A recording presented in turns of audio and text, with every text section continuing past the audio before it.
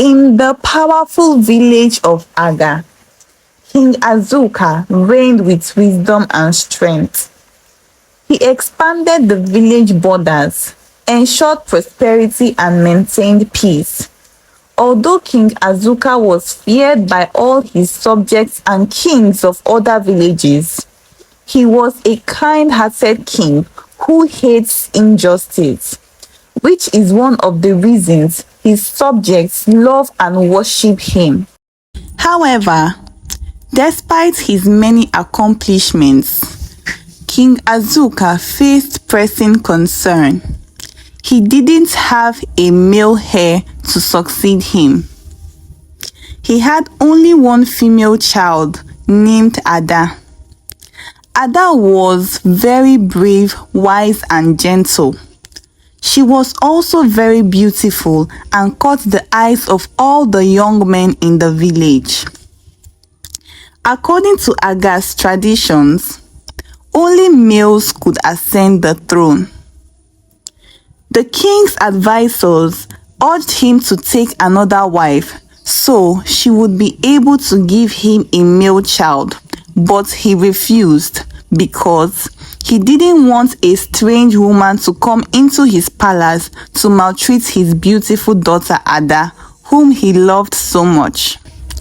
When Ada came of age to get married, King Azuka declared that any man that catches the heart of the princess and marries her will automatically be declared the king of Aga Kingdom. Amongst all the men in the kingdom, the Onowu, who is the right-hand man of the king, wanted his son to marry the princess so badly, so that his son would become the next king of Aga village. He was so desperate that he would do anything possible to make sure his son marries the princess. After the king made the announcement, the Onowu sat his son down to talk to him. Chinonso, my son, I hope you heard the announcement the king made about the princess. Yes, Papa, but I don't see how that concerns me. Besides, you know I'm preparing to marry the love of my life, he said with a huge smile on his face. Will you keep quiet? The love of your life indeed.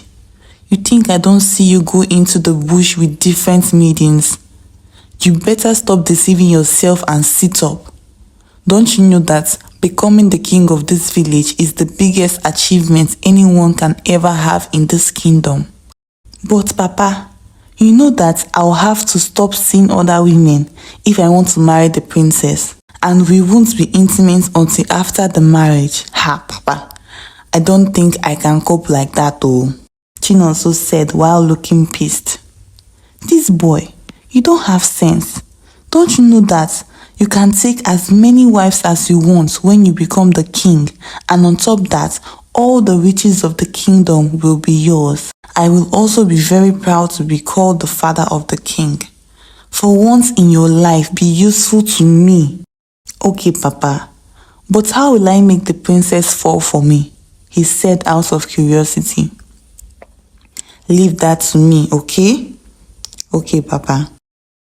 The next day, the Onowu and his son Chinonso went to the palace bearing gifts for the king, which included a goat, yams, and palm wine.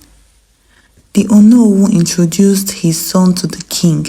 The king was pleased to see the son of his right-hand man, and jokingly said that if it were up to himself, that the Onowu's son was the best suitor for his daughter.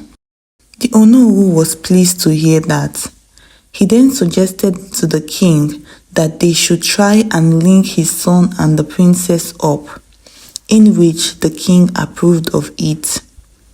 He then summoned the princess to his courtroom. When she came, Chinonso didn't fail to notice her beauty and endowment, that he smiled so wildly without him knowing. The king introduced Chinonso to the princess and asked her to try and get along with him, in which she agreed. The following week, Chinonso was all over the princess. He made sure no other man apart from him came any inch close to her. He became so overprotective of her that he would beat any man who dared look at the princess. He even started acting high and mighty. He didn't miss any opportunity to boast to his friends and anyone who cares to hear that he is soon to be king of Aga.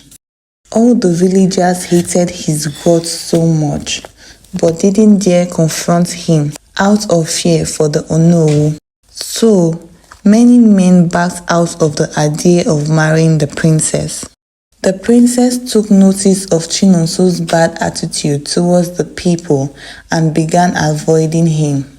She avoided taking the popular path to the stream, where there was a higher chance of bumping into Chinonso. She started taking the bush path and everything went well until an incident that almost cost her life took place. She was taking the route through the bush path to the stream one day with her maid and 2 bodyguards behind her when she was attacked by thugs from another village who were trying to raid their own village. The thugs tried hurting the princess, but one of the guards fought bravely and subdued them. He was injured badly but managed to carry the princess back to the palace. The other bodyguard and maids didn't survive. When King Azuka learned about the attack on the princess, he took his soldiers to the village where the thugs came from and destroyed it. Even the animals owned by the rival village were not shown mercy. King Azuka rewarded the bodyguard who saved his daughter handsomely and also made him the chief guard of the palace. From then on, Princess Ada became fascinated about the bodyguard whose name was Obinna. She loved that he protected her at all costs, even at the expense of his own life. In appreciation of him saving her, she made a very delicious meal and took it to Obinna, who is now the chief guard. He accepted the meal and thanked her. Princess Ada was intrigued by how handsome Obinna was. She had never noticed him until that day. She couldn't get her eyes off him. She scanned his body with her eyes and was lost in thoughts. "My princess, are you okay?" Yes, I am. Please enjoy your meal," she said as she snapped out of her thoughts. Then she majestically walked to her chamber, hoping that Obinna would take notice of her curves. The following week, Obinna and Princess Ada got really close. Anytime she wants to go for her evening walks or the stream, she made sure Obinna goes with her. They would talk and chat all the way to the stream. They eventually fell in love with each other. Ada respected Obinna despite the fact that Obinna was just her bodyguard. On their way to the stream one day, they both bumped into Chinonso. He was not happy that the princess has been avoiding him, so he decided to confront her.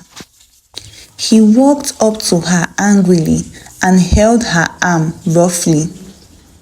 Obinna immediately pushed him to the floor and asked him to apologize to the princess. But Chinonso refused and punched Obinna on his face.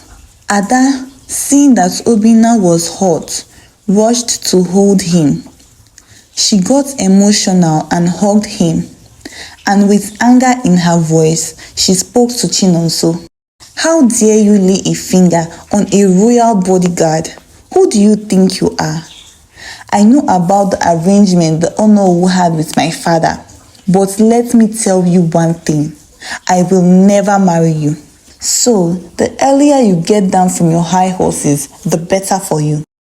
She held Obinna and looked at him with affection while Chinonso stood in front of them, looking shocked. When Chinonso got home, he told his father what transpired between himself and the princess. He also told his father that he thinks the princess is in love with her bodyguard. The Onowu got really angry. How could the princess of Aga Kingdom stoop so low to fall in love with an ordinary bodyguard? The king must hear this. The Onowu marched to the palace in anger. When he got there, he reported his findings to the king. But to his surprise, the king didn't see anything wrong with the relationship the princess had with Obinna. He was even happy because Obinna was a very brave man. The Onowu was disappointed of the king's response, so he decided to take matter into his own hands. He bribed 2 palace bodyguards to bring Obinna to him at night when everyone was asleep, so he would warn him to leave the princess. They told him that it won't be easy because Obinna is a very strong man. He then gave them a powder to put inside his food, in which they did. And when Obinna ate the food, he slept like a dead man. The 2 palace bodyguards carried him through the bush paths to the forest where they met with the Onowu and his son. They left Obinna with the Onowu and returned to the palace. After weeks of searching for Obinna, the princess became very restless.